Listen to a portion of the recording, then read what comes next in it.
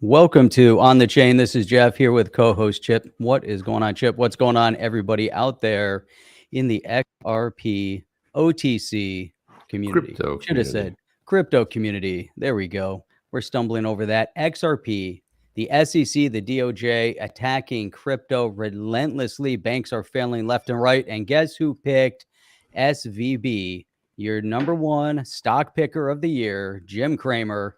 And ChatGPT is going to save you. Jim Cramer. There's a lot of good Jim Cramer stuff today. And man, it's just going to be a fun show, Jeff. It's going to be fun. Awesome. You guys ready to kick this off? Let's go. Let's kick off the weekend. Let's do it. Let's go. Let's do it. Welcome to On the Chain. I still love that song, Jeff. Whoa, whoa, whoa, whoa. It's just like, and the shorter one is much better than the long 2.5 minute open we had. People are like, it's a little long. I mean, it was like 26 seconds, but it felt like forever. It was long. It was a little bit long, yeah. Huh? Yeah, it was a little bit on the long side, I think, yeah. But I mean, you know. So right out of the gate, we have some commentary from Very Easy Hydroponics. Alan, are we at that Friday where the banks are closed and by Monday we have a new system? Man, I hope so. Rip the Band-Aid off. We've been watching far too long. Let's go, everybody. Man, it's getting dangerously close to bank runs. I mean, this last collapse is crazy. It's a big one going on. Yeah, and I read so much on it, Jeff, but did I read right that they lost $2 billion with mortgage-backed securities or something of that effect? Did I see that? Because I was trying to find some more information on it and looking. If they did. They obviously didn't learn from 2008. That's what I was thinking. I immediately popped in my head, like, guys. But if anybody knows anything about history, we're doomed to repeat it because, well, people don't live long enough to remember, and nobody learns from history anymore. And Jeff, I would imagine if you go to a lot of people in whatever country you're from, and you ask them about, some of the founding of your country or how it came to be, or some of the turmoil, or maybe wars, that they know this much. They know nothing, Jeff. And the same is true of this company. Even the people in Congress do not understand. I mean, you should have to take a serious test on the Constitution, because somebody put out a really, really great tweet this week that talked about, here were all of there's like 15 different laws that were passed by the blue team. And then the amount of years it took them to walk it back, and the amount of money it took in the meantime, and all the wasted time and energy. So if you violate that, if you go ahead and pass something unconstitutional, you're done. You're out. That's how it should work, Jeff. I mean, it shouldn't be that difficult. Why do we keep saying it shouldn't be that difficult, Jeff? I mean, but it seems to be that difficult, right? Am I wrong? It really shouldn't be, Chip. Things should be relatively easy. We should be able to learn from history. We shouldn't repeat history. We should be able to understand the fundamentals of our society, or our political structures, and have a really good understanding of what's good and what's not so good. And it's really interesting. As we're talking, I'll try to pull up a clip. But the other night, Russell Brand was on with Gutfeld, and he started out his monologue talking about decentralization. And from his perspective, we're also talking about the centralization of media, but the centralization of media, the centralized control within, the government infrastructures, the unelected bureaucrats, the centralized control of the Federal Reserve. If you think about how deep that is, and so as we're talking through this, and we talk a little bit about Jim Cramer and some of the other chaos that has been going on the past week, and how the DOJ and the SEC continue their onslaught against freedoms and, freedom of economic investment and all those great things. Decentralization is really the theme I was trying to get decentralization into the title for today. Didn't really fit. It's pretty long, Jeff. I'm trying to do that before. just the word decentralization. And you look at it in the title, like, what does that say? Can I decentralize? What does that even say? It takes up so much space, but that's going to be the theme of today. Decentralization equals what? Freedom, baby. Freedom all day long. It's freedom all day long. And this is why there's such a pushback. And I think to a large extent, what's happening here in the United States. I mean, Jeff, we can surmise exactly why, or we could figure out what's really going on. But the real threat to really power anywhere is decentralization. And it was funny that Fed Chairman Jerome Powell, when he was recently in the hearing, one of the things he said was, I really hearken back to the day of 2017, 18, and 2019. And then I started thinking about that, Jeff. I started thinking about, why is he so big on 20, what happened during that period? Well, you had a different president in the office, but what was more specific about that? Okay, we had high growth. We had low unemployment. We were on a really growth trajectory. We were energy independent. But then I started realizing, okay, if you're trying to hide out, if you're trying to slide under the radar, that's great. That's great because everyone's like living good times. Everyone's Friday. I'm going out drinking with my buddies and we're going to go out with the family and have fun this weekend, right? There's extra money to spend. But all of a sudden, when that giant spotlight, Jeff, when they shine it right in your face, and everything you do is a failure, your two basic tenets are, if you're the Federal Reserve, is to stave off inflation. And where's that buzzer, Jeff? And on that, right? And to stave off that inflation, and secondary to also, you're supposed to be able to control unemployment, right? It's in the Federal Reserve's tenets. And what do? They admit to Senator John Kennedy that in order to get inflation lower, it's going to be about 2 million people out of work. And it took a little bit of prodding, and it took a little bit of, we have that clip as well. But John Kennedy led them there and did it in a very clever way. So now the Fed's not so happy. And you remember when Trump was president, one of the things that they said was, hey, they were trying to raise rates back then, and he just hammered them left and right every single day. He made it a goal to talk about the Federal Reserve and what they were doing. They don't like the spotlight. They backed off. They didn't raise rates because they don't want the spotlight on them. And this whole idea of centralization, the central bank, CBDCs, it's like if you were going to name something, you wouldn't put the word centralized, central in it, central bank digital currency, and have it be the very first word in there. And people are like, what is a CBDC? A central bank digital currency. Yeah, okay, that's like crypto, right? Where's that buzzer, Jeff? It's like, no. There it is. There it is. And Jeff Wollings, thank you so much, guys. Appreciate that. Jeff, thank you so much for the awesome support. Coming in from Canada. Man. Like I say, that's where all my family passed down through, and they came from Hungary. And then I tell the story about my grandfather. It's the only one that came down to the U.S., and the rest of my family is all up in Canada. And they have a different last name because my last name was simplified. It used to be Chipkar. People would pronounce it Sipkar because it was Hungarian. And guess what? That's how I became a chip. And that's how I became Chip, baby. That's it. Sweet. Guys, just like Jeff here, if you we really appreciate if you want to, are feeling extra generous, want to drop a super chat. Best way to support the channel, share it with people. So like, subscribe, click that notifier bell. You will usually get a notification. Although, Jeff, I didn't get a notification again. I did not get a notification this morning, and this stream was set up at like 6 a.m. So and sometimes you have it like set up 5-6 hours earlier. Doesn't seem to have a difference. Makes no sense. I got zero notification. Thank you, YouTube, for undermining our decentralization ways. Yeah, undermining our channel. Thank you very much, YouTube. All right, Jeff. Let's not be that hard on the YouTube. But Jeff didn't mean any of that, by the way. He was just goofing around. Okay, let's just say goofing around. YouTube. Just goofing around. AI. YouTube says, AI. Did you check out USDC stablecoin? Yeah. So part of the Contagion, again, this is another big collapse. Okay, and I think Forbes magazine had Silicon Valley Bank, SVB. We'll refer to it throughout the podcast, but SVB is one of the top 20 banks in America.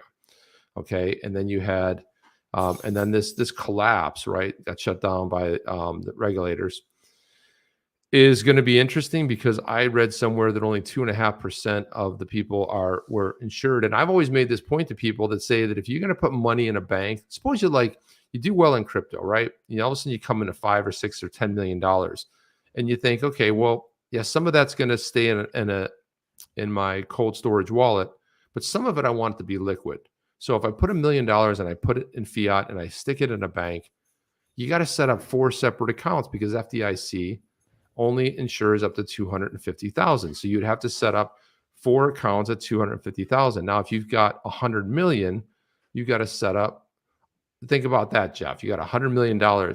How many accounts is that? It's 400 million accounts technically that you'd have to earn. Yeah, if you divide that by 4, it's a lot, right? It's actually more than that because 1 million, it's times 10. But it's not really a feasible thing to do. But again, this whole insurance of 250,000, so you'll get 250,000 back on your $300 million. Yay! And we got some other videos too, but I think we'd started off. Yay! I think we started off with this, Jeff. I want to play this video here, like 2 of them back to back, just to kind of like paint the scene, right? So the first one is going to be what we talked about, Jim Cramer. Really kind of hard to understand. Like if you were this bad at what you did, and apparently he does give financial advice. Jeff did get his hair done. Recently, this morning, matter of fact. Yeah, if you were this bad at what you do, I don't know how long you'd last in a particular job, right? Even if you had a company and you were this bad, your company would go under. But if you're Jim Cramer, no, man. You just keep on. You keep keeping on being dumb, right? But let's play this clip here. This is a month ago on CNBC. Best performer year to date is SVB Financial. Don't yawn. This company's a merchant bank with a deposit base that Wall Street had been mistakenly concerned about. SVB is the old Silicon Valley Bank. Recently bought one of our favorite research firms, Nathanson, and it's become less dependent upon private equity and venture capitalist offerings. Wait a second. Those dried up last year. They could come back. Yes, some of them come back here with a stock directly reflects an oversold position. Stock was the 4th worst performer in 2022. I think the fears were not justified, and it's a very compelling situation. Hey, by the way, long-term private equity and venture capital, they're not going away. Being the banker to these immense pools of capital has always been a very good business. Stock's still cheap. Now, you have to remember that a stock that falls 66%, like SVB Financial did last year, it takes it a lot more to recover. After losing 2/3 of your value, you need a 200% gain to get back to even. This is arithmetic. Some people call it geometry. So you could argue SVB's nearly 40% rally this year is barely a drop in the bucket. And that's how I want you to think it. I think it's also a good example of why these bounce back moves might be far from over. These stocks could have more room to run, especially if you think they were driven down to artificially low levels. So there you go. There's Mr. Jim Cramer telling you about, holy shit. Like, let's not do that. That's a bad idea. A bad idea, right? Bad idea. It's a bad idea watching Jim Cramer. And every single year, Jeff, there's a Twitter account out there. There's somebody that tracks what Jim Cramer's done and starts in January and says, if you had purchased the stocks that he talks about and raves about and does all, he was even wackier before with all these weird sound effects, and he would hit buzzers and run around like a lunatic. He's slowing down in his older age, but he's definitely slowing down. Right? He's like, and that's all I hear is, Cramer is a security. Right, so, James. And there's some good stuff here, Mark Spence. You guys make me laugh like you're so old. Decentralization equals disruption. That's why crypto is so controversial, but hang in there. Because disruptors become gold mines. Simple. And that's it. When we look at history. And on this note, before we dig into Jim Cramer, because this is like a perfect interlude to really see this notion that this concept of decentralization that we reference, that we talk about, that we highlight and underscore, it's touching all levels. So I just want to put this up because it's a perfect intermediary. When I want to play Russell Brand's short opening here real quick, because here he is. He's on the Gutfeld show like 2 nights ago, and he's going to be talking about. So let me just play it. Jeff, before you play that, what's really funny about Russell Brand is this guy went from this guy went from the left loon nut job to a guy that's making a hell of a lot of sense, to where you're like, what the hell happened to this guy? Yeah, I mean, this guy woke up during the pandemic, kind of started seeing the light. And what's really great about Russell Brand is, and I've always appreciated this, whether I agree with his opinion or not, he has an incredible, intelligent way of making a point. You know, he's like the UK's Dennis Miller, right? He has this very logical path on how you get there, and how he even debates with people is phenomenal. You can put him on a show where people agree with them, but it's even better to put him on a show where people disagree with them, because he was on that HBO show last week, and that was just wacky. It was awesome. Go ahead and play it, Jeff. All right, here we go. Yeah, he was just he was on Tucker too recently. Hang on. And Bill Maher. Bill Maher is what I was thinking about. Yeah, odds, but I can see over time we've come to agree that, broadly speaking, decentralization and meaningful attacks of systemic power are the only way that America and the world can progress, to allow people to organize their own communities, to have as much individual and communal freedom as possible, to permit people to live as traditional or progressive lifestyles as they want to, and form new alliances is the only way that we'll be able to confront centralized, institutionalized power. And this is more necessary now than ever. And I don't usually say that to people if I think that they look like a bottom hole, Greg. So, okay. I'm bottom. So, bottom. It all started off. Well, it started off because in the beginning, Greg Gutfeld played a segment from Russell Brand where he was going off on Greg Gutfeld. And then Greg Gutfeld said, well, I guess fair's fair, because then he played a clip from him a few years earlier of him going off on Russell Brand, saying what a moron, communist, Marxist he is.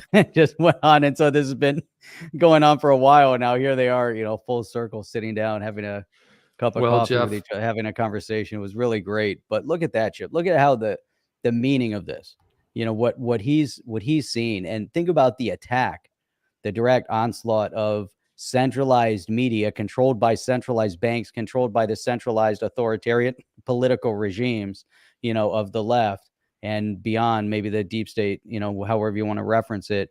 But you think about how that's impacting cryptocurrency, your freedom of investment, all these different things, and how they try to twist narratives and brainwash and all of those different things. And so here you have a guy like Russell Brand, the comedian, and he comes out, and all the different shows, MSNBC, all of them mocked him, attacked him.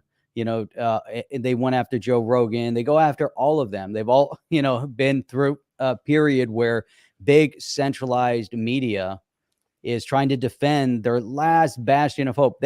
Newspapers were decimated by the internet. Now big media figured out how to control the narrative on the internet and through everything. And now we're seeing a whole surgence, obviously, for a period of time, a surgence of podcasts and free thinkers and everything else. And they're gaining mass numbers of audience, and the media doesn't know what to do about it. So they go on the attack, taking directives, because the media is just they're just the mouthpiece. They're the ones that are propagating the misinformation. And man, it's crazy. This is so crazy. And, what he talks about, and then if you juxtaposition the video with Jim Cramer and think about what his purpose is on the shows, to pump and dump stocks. Think about that. Think about he's pumping stocks that are too late to get retail bag holders to buy so institutions can sell. I mean, think about how disgusting that narrative is. It's pretty bizarre, Jeff. But let's now, speaking of Tucker, let's watch Tucker have a conversation about Jim Cramer. This is good. Let's listen in here. Professional BS artist / dumb person Jim Cramer of CNBC telling his viewers to buy Silicon Valley Bank, even as it was in the process of going under. This is last month. SVB Financial, don't you want? This company's a merchant bank with a deposit base that Wall Street had been mistakenly concerned about. SVB is the old Silicon Valley Bank. Recently bought one of our favorite research firms, Buffett Nathanson, and it's become less dependent upon private equity and venture capitalist offerings. Wait a second. Those dried up last year. They could come back. Long-term private equity and venture capital, they're not going away. Being the banker to these immense pools of capital has always been a very good business. SVB's nearly 40% rally this year is barely a drop in the bucket. Barely a drop in the SVB is bucket. great. If that guy ever endorses anything you're doing, move to the Canary Islands. Change your name because disaster's coming. Well, Oh Jeff, unfortunately, he recently did that. He tweeted out something. I'll see if I can pull it up here, but he did do that. And if you are, hang on a second, let me Jim see. D says we have the best actors on the planet giving us news and drama. That is such the truth. You think about and they are. It's like a comedic episode, sometimes a comedic melodrama. You know, as you're watching the news, as they try to get you enraged. You know, think about, you know, over that summer of love with all the protests and cities were burning left and right, and the reporter is out. Oh, this is mostly peaceful. As a whole line of retail buildings were on fire behind him. Like, oh yeah, that's peaceful. You're burning down your neighborhoods. That sounds that's perfect. So, you know, as we witness that, and so what we're seeing right now is a burning down of our economic freedoms, as you see the DOJ and the SEC go on this continuous onslaught of the crypto space. And so when you have awakenings, and there's so many people that are waking up across the board that get impacted, again, it's all about that centralized controlled authority and the centralized controlled narrative, because the media, and you can go and pull up tons of videos where they play a news clip, and then across the board, you know, across the board, they'll have every newscaster state to state on all the different channels are saying the exact same thing, like verbatim. Right? There's no change. There's no nothing. And the same thing is think about FTX, the collapse of FTX. Well, you know, maybe it came earlier than they planned on, but then the narrative that they circled that narrative right back into how unstable cryptocurrency is, not how unstable a FTX was, with this, you know, this guy at its helm, dictated and controlled by some political elites, you know, for a specific outcome, funneling money through and over to the Ukraine and back into the hands of politicians here. And all of that was tracked. You know, it's crazy because even Chip Russell Brand talks about things that you weren't allowed to say. He said it went from, he was talking about conspiracy things 2 years ago to everything being factual today. And that's how they single you out. Oh, it was, what did they used to say? It was not dispelled. What was that word they used to like to use? Debunked. Debunked. No, it was debunked. Everything's been debunked. Well, it was debunked. Your statement is you're just a conspiracy theorist. You know, the bank isn't collapsing. Right about every Right. damn thing. Right about everything. And I can't even tell you what I was right about, because it's not safe to say that here, but I would right about everything. This thing, correct. 6 feet, correct. The whole origination, correct. I mean, it's just like nonstop, right? And there's another one, Chip, taxing unrealized gains. This is the most moronic concept. If there is one supporter of that political party or that individual that promotes taxing unrealized gains, you're a moron. Point, simple. That's it. How do you tax an unrealized gain? You haven't realized the gain. The gain doesn't exist yet. So now you're going to penalize every time a profit increases. Oh, now you get taxed on that. Well, I haven't realized a profit. I haven't sold it. It's not in my pocket right now, but you're going to get penalized for trying to better your life. It's a moronic idea that will devastate and undermine the well-being of not just retail investors, but the entire economic structure of a country. It's so asinine, you know. And so, right, Elizabeth Warren, these morons, they're such morons, and they don't care. They say stuff, whether they believe it, don't believe it. It's all about, for them, they're in the elite class. They're protected. They can do whatever they want. When they're in Congress, they get away with all sorts of chaos. But it's all about, how do you undermine the little guy? How do you undermine the retail investor? That's why they keep attacking the idea and notion of decentralization and decentralized finance, because they can't control the narrative. It's right, Chip. I mean, it's devastating. It's insane.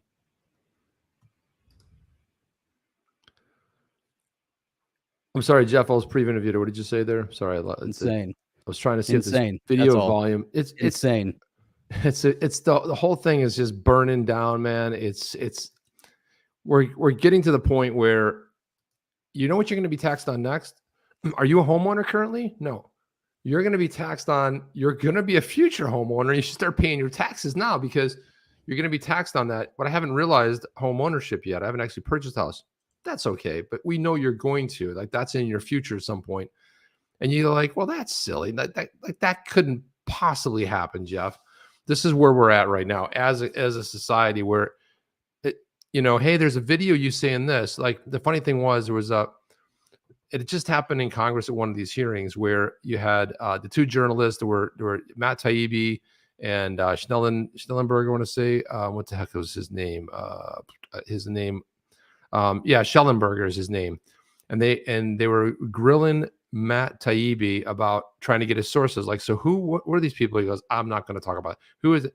And then in the very next breath, you got the red team comes on and starts ranting, saying, this is how much they believe in your freedoms. They're trying to have you expose a source. And she says, I didn't say that. I didn't ask for a source. And then somebody put a video collage together where just 30 seconds before she was grilling them on what the sources were. It doesn't even matter if you have a video. You just go, the new reality is I said it and it's true. Everything is in the now, but you just said it 30 seconds ago. I didn't say that. I didn't use the word sources, but you were grilling for sources. No, I wasn't. This is where we're at, Jeff. This is the thing. And I want to talk about somebody else trying to make a run as one of the dumbest people in Congress right now, because it's debatable.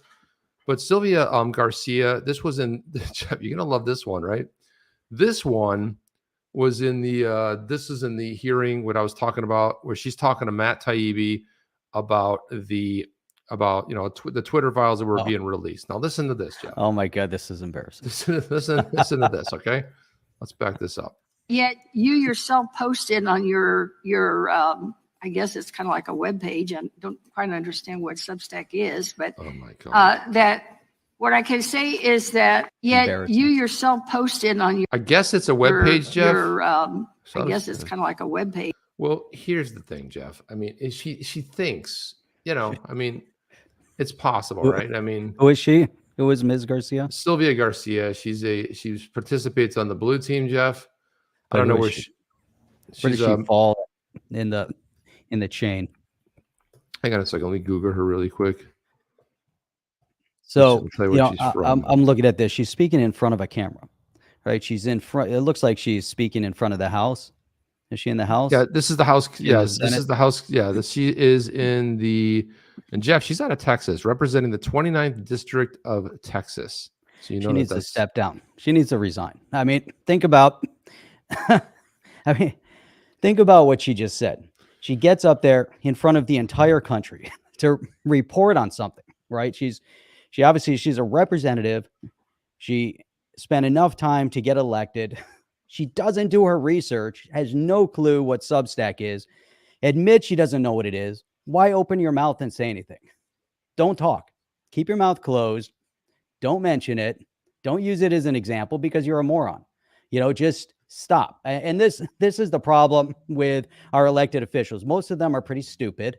And then we're even dumber for electing them. And the reason why they're so stupid is because their ideas and their knowledge base is super limited. For the most part, we elect lawyers. And I'm not saying that that's bad, that a lawyer is bad.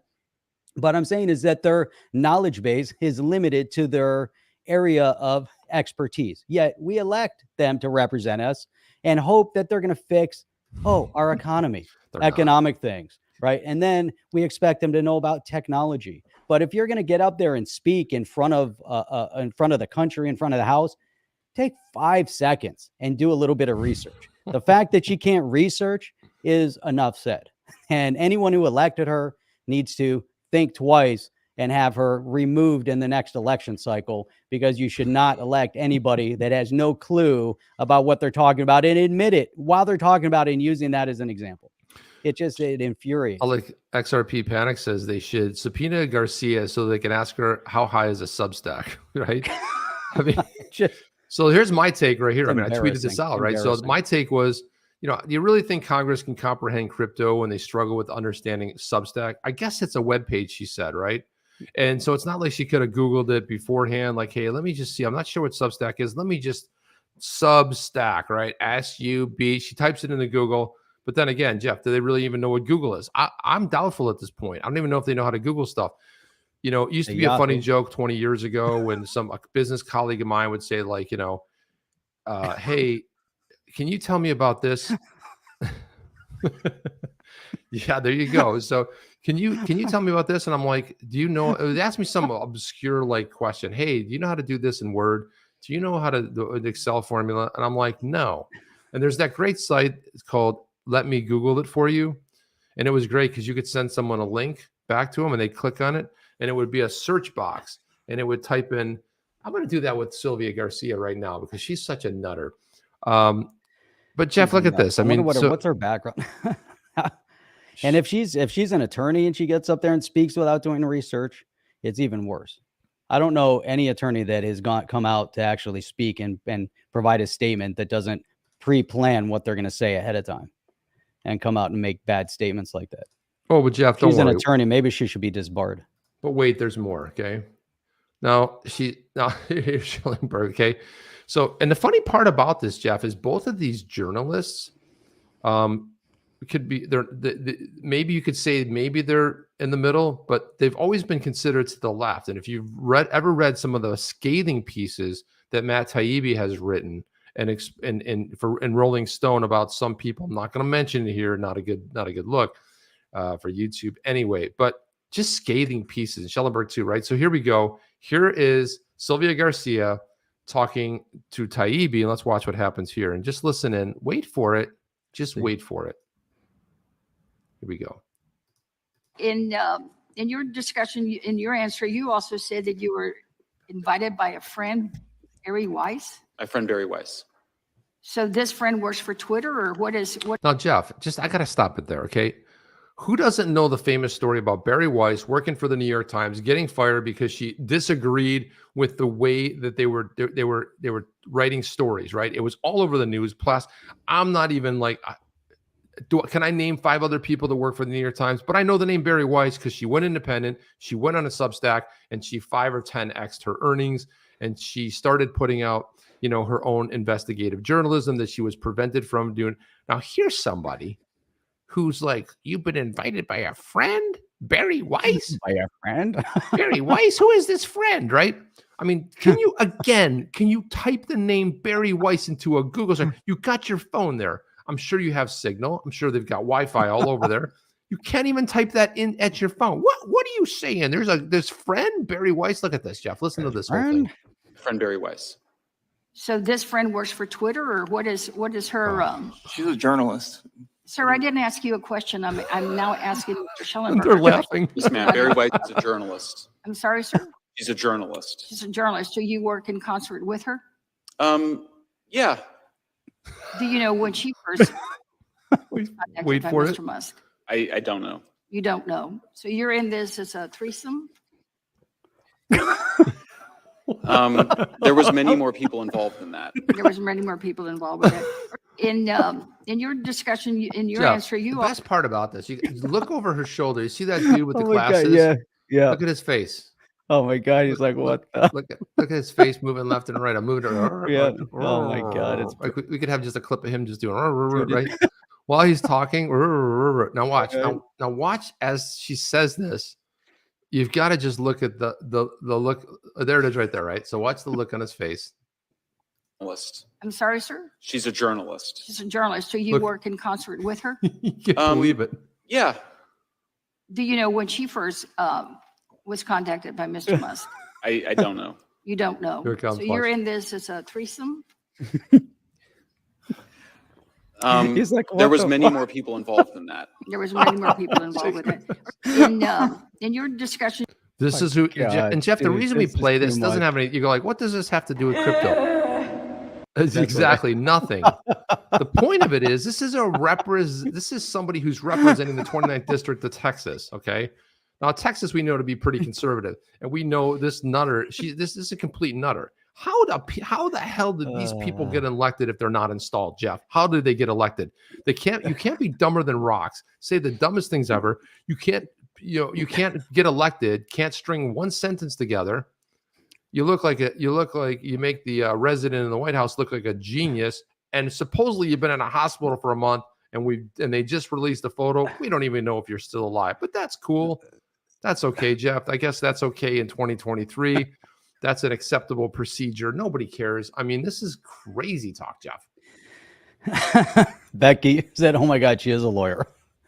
That's terrifying. And if she had a methodology of asking questions, kind of like Kennedy, he comes in and he asks kind of some point obvious questions, but he does it in a real smart, kind of funny way. And you can tell that he's coming in funny, and you can tell how he's bringing the answer out of people. And if they don't answer, he comes at it a different way.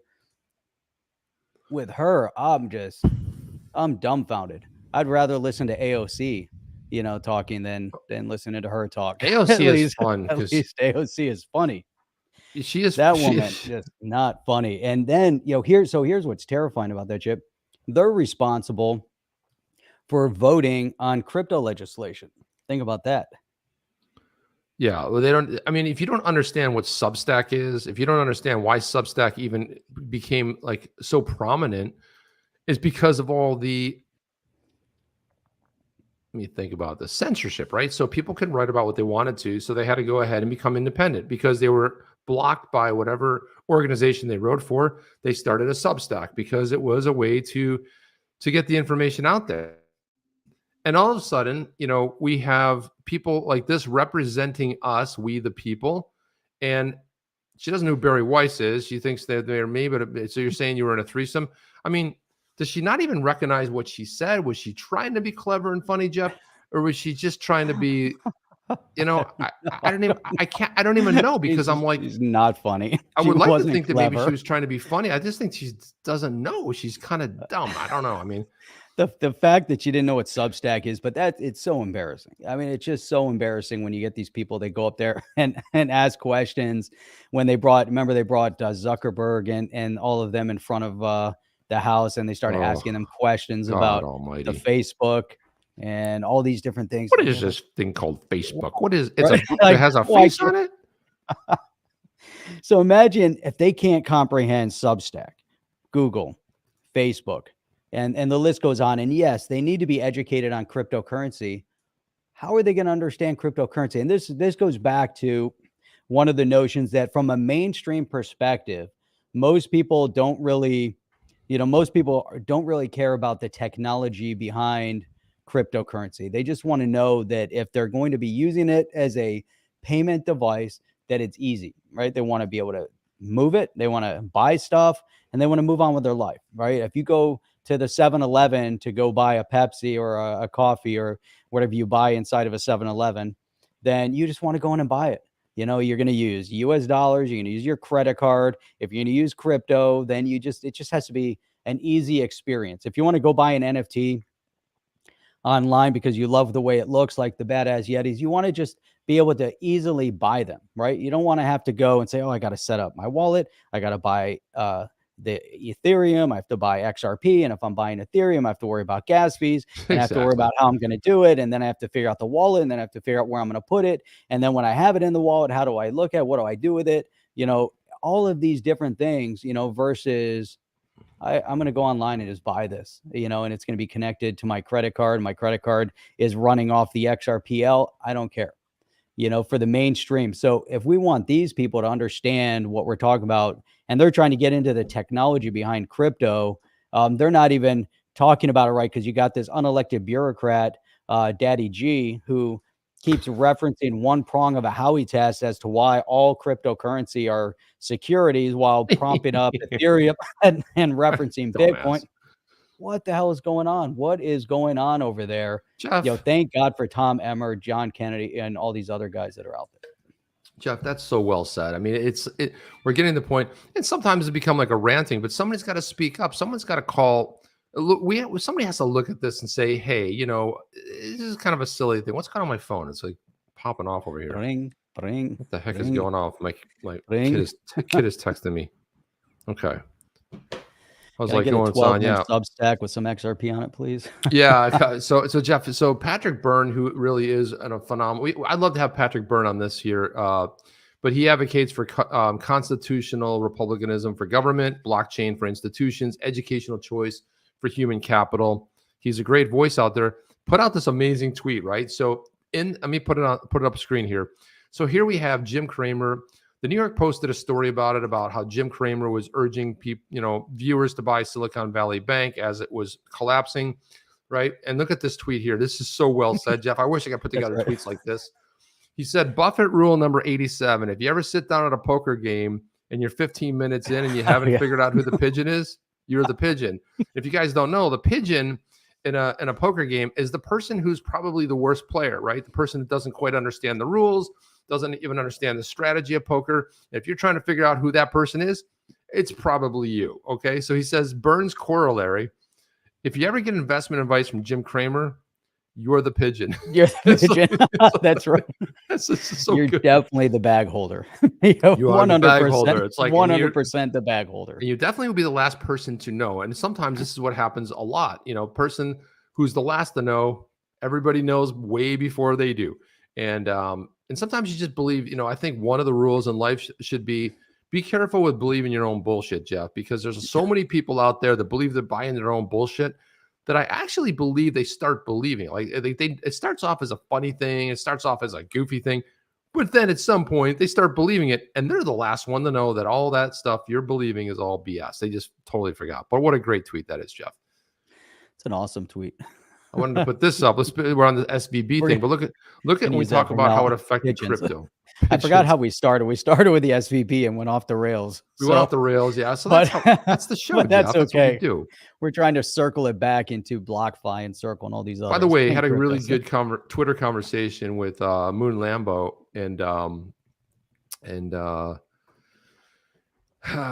some other folks out there. But anyway, so when you look at Silicon Valley, SVB, Contagion, you got to look at the crypto companies who are affected. So what we know right now is BlockFi, Circle. Everybody knows Circle, because who would have thought the savior would have been Tether? Tether, everybody ran to Tether, and you're like, Tether was we heard about collapse, we heard about not really backed, but I believe there was $2.5 billion Contagion out of $40 billion with Circle. And then we have Avalanche in there.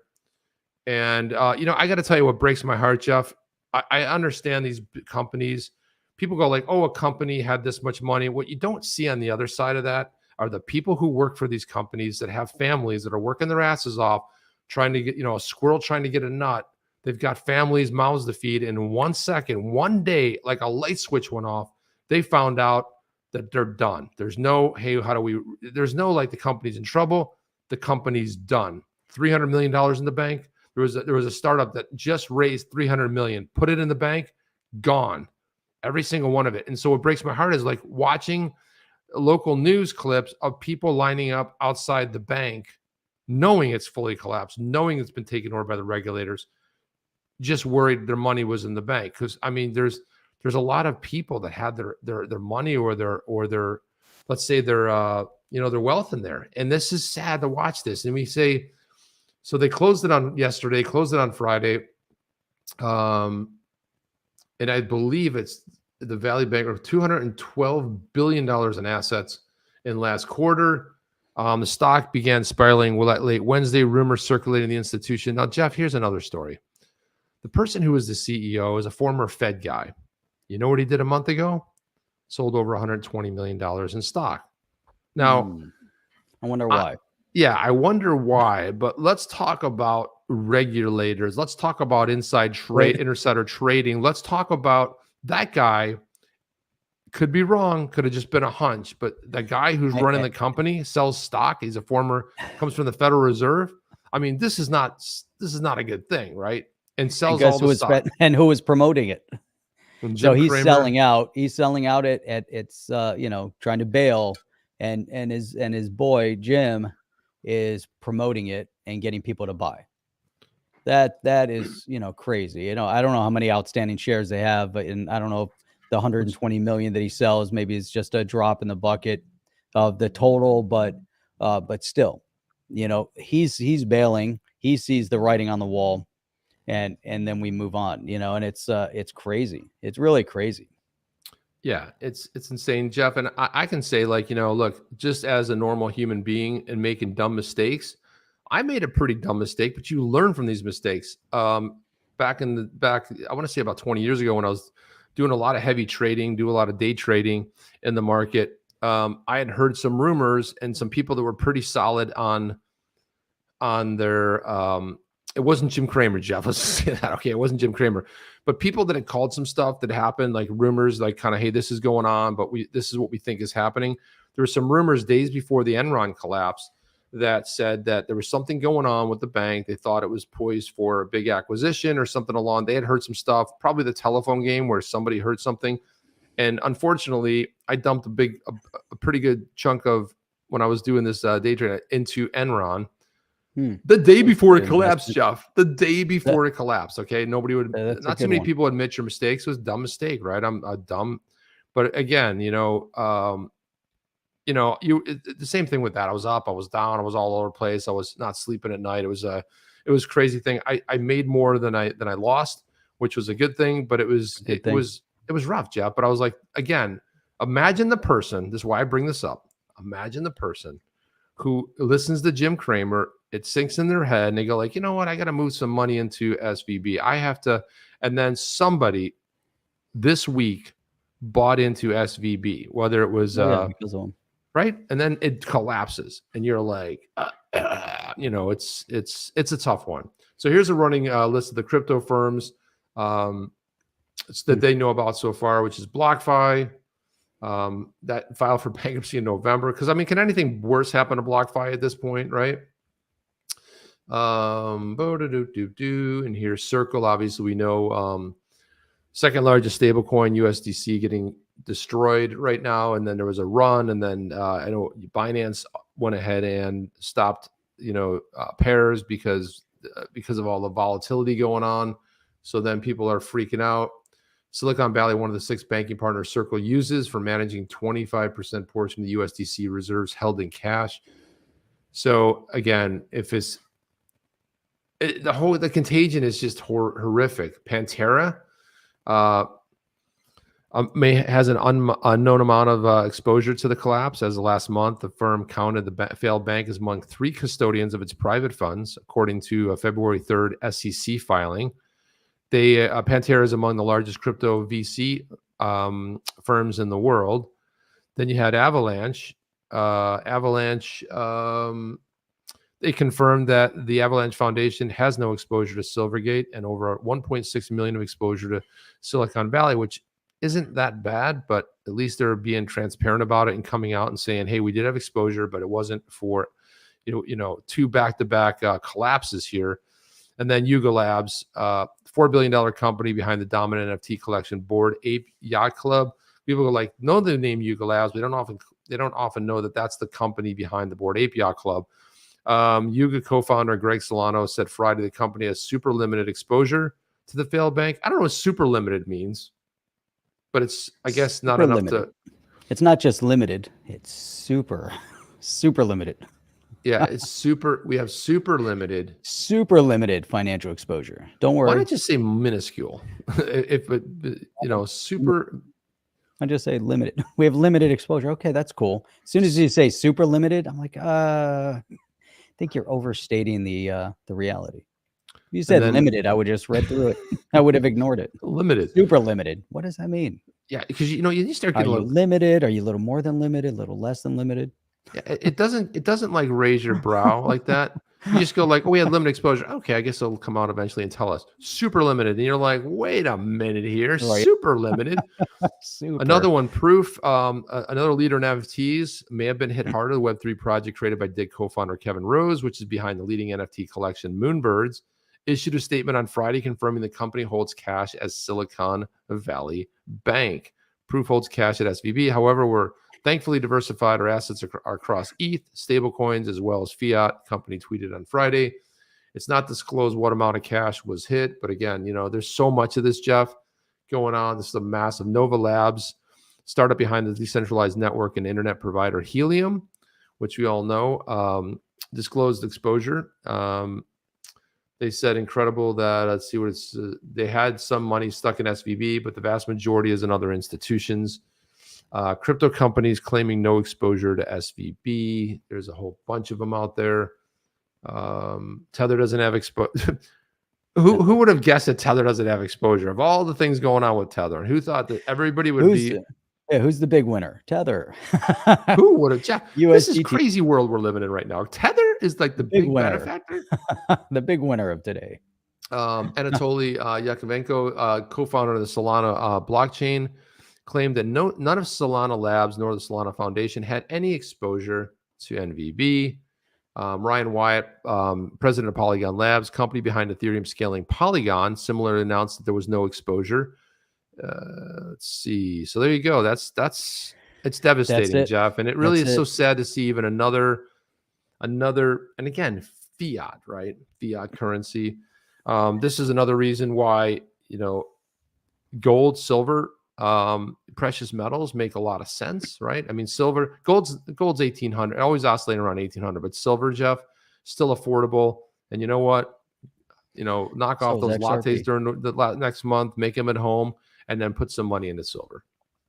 That's it. We're coming up on time, but before that, I got to put this out there because this is the DOJ and the SEC ganging up on retail investors. So obviously, Voyager Digital is had some issue. They're going through a bankruptcy. Binance US was going to buy their assets, which was going to actually put maybe 73% of the assets back into the hands of the retail investors. So there was a way forward. About 98% of the investors on the platform were in favor of it. But you know what? So we talked about this the other night. Judge Wiles of New York voted in favor of allowing the Voyager Digital to sell its assets to Binance US. You know what? The Department of Justice went the other way. The Department of Justice decides they're going to appeal the decision by Judge Wiles, and they're going to go the exact opposite. So the appeal, which was filed by the U.S. Trustee's Office, an arm of the DOJ responsible for overseeing bankruptcies, comes just one day after Judge Michael Wiles of the Southern District Court of New York approved the deal after a contentious 4-day-long marathon hearing. Regulators, including the SEC and various state regulators, have been staunchly opposed to the proposed deal. Last month, the SEC filed an objection to the purchase of Voyager, arguing that Binance may be violating federal securities law by operating an unregistered securities exchange in the U.S. So this tells you everything. So here was a path forward. The judge said, we have a path forward. We have to try to help all these retail investors so they don't lose, similar to what we're witnessing with FTX. And we have a path. They're in agreement. Maybe this can be something positive. Yeah. What does the SEC do? What does the DOJ do? They do the exact opposite of what was going to be in the benefit of the retail investor. And we don't even know in their appeal if they're right or wrong on what side they fall. But what we do know is that the collateral damage in Gary Gensler and the DOJ and their offense against crypto and crypto companies and crypto related holders is destroying retail investors, and they're doing it on purpose. There's no other explanation as to why they're undermining the retail investor as an example, trying to set an example for the decimation of countless numbers of retail holders to prove their point that these exchanges could be, a scary place to invest in. So, Chip, that's all I've got. Chesty Oz says boring, Jeff. Boring. Becky Foles wonders if someone like BlackRock will come in and buy it. Yeah, Elon Musk did reply to a tweet yesterday that said he was basically open to the idea of getting SF. Everyone's going to be lining up for the assets of the company, but man, Elon Musk, he's on. But Eric Swalwell, another brain trust over there in Congress, said that everybody should be made whole, regardless of the FDIC. Well, good luck on that, buddy. Let's see how that's going to work out. Because guess where it happened? California. California is collapsing right now, Jeff. I don't know. I don't know what's going to happen in California, but I expect it to be like that movie Purge, where they go out like one night. But this is like every day in California. That's essentially. I know you got to bail. I got a couple more things I got to hit right here before we get out of here. So we'll check you guys out tomorrow night. I am out of here. Holy shit. Jeff. Let's not do that. That's a bad idea. That's a bad idea. I shouldn't laugh. But all right. Right, Brad. You guys having an amazing day. check you guys out tomorrow night. Hang in there with Chip. He's got some other great stuff to share with you guys. Let's not get crazy, Jeff. I don't know. It's great, but I do have some other stuff. But let's go ahead. Like, we're going to close out the show. We got a couple more minutes here. We usually give you guys an hour of banter. We're going to give you an hour of banter here. So a couple other things that I wanted to get to. This is what I was talking about before. So you have the actually, let me do this one. Wrong one. So Justin, president and CEO of collapsed Silicon Valley Bank. Greg Becker was a Class A director at the San Francisco Federal Reserve. Same guy that also sold a bunch of shares. There's so much to keep up with going on with this. I remember reading about it. I couldn't find that exact tweet, but it's absolutely getting a little bit ridiculous. David, Joel Katz Schwartz put this out. Forbes ranked Silicon Valley Bank as the 20th best bank in America less than a month ago. There you go, right? Just 1 month ago, they were the best bank. This one here, Tim Draper, who famously, still to me, goes down in the all-time greatest favorite book of all time, when he had Gary Gensler on stage, talked about how the bankers are going to panic, the regulators are going to go crazy, but in the end, we will win. And we kind of see what stage we're at right now. But this tweet right here, he put out, he said, regarding SVB, does the rapid change in rates after huge government spending mean that this administration was sabotaging the economy or just asleep at the switch? Either way, time for a change. Also, central banking has run its course. Put out Bitcoin and keep Bitcoin and ledgers the safest money out there. This is really good advice because, yeah, obviously, Tim Draper is a Bitcoin guy, but you could substitute anything for that Bitcoin. You put XRP, you could put, you put ETH, whatever your favorite one is, XDC, right? XLM, whatever it is, but you can substitute any digital asset, keep it in ledgers. It's the safest money out there. And if you want, gold and silver, yeah, it can get a little heavy. It's not transportable if you got a bunch of it. But again, he's making a really good point.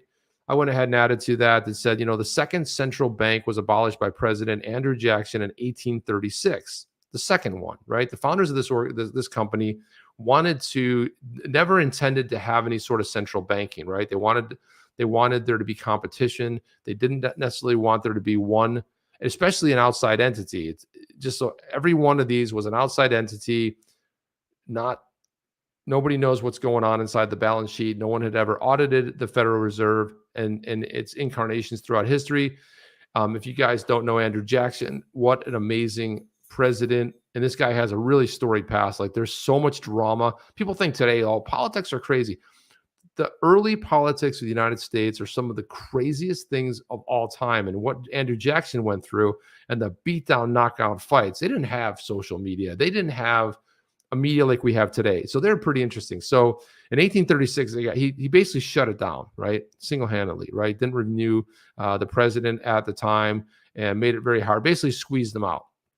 And he was really railing against the central bank. So then in 1913, again, central bank makes its way back in, and we have the big mess, right? Not a sovereign currency, third party. No one knows what's going on with that. I bet you their balance sheet's pretty dirty.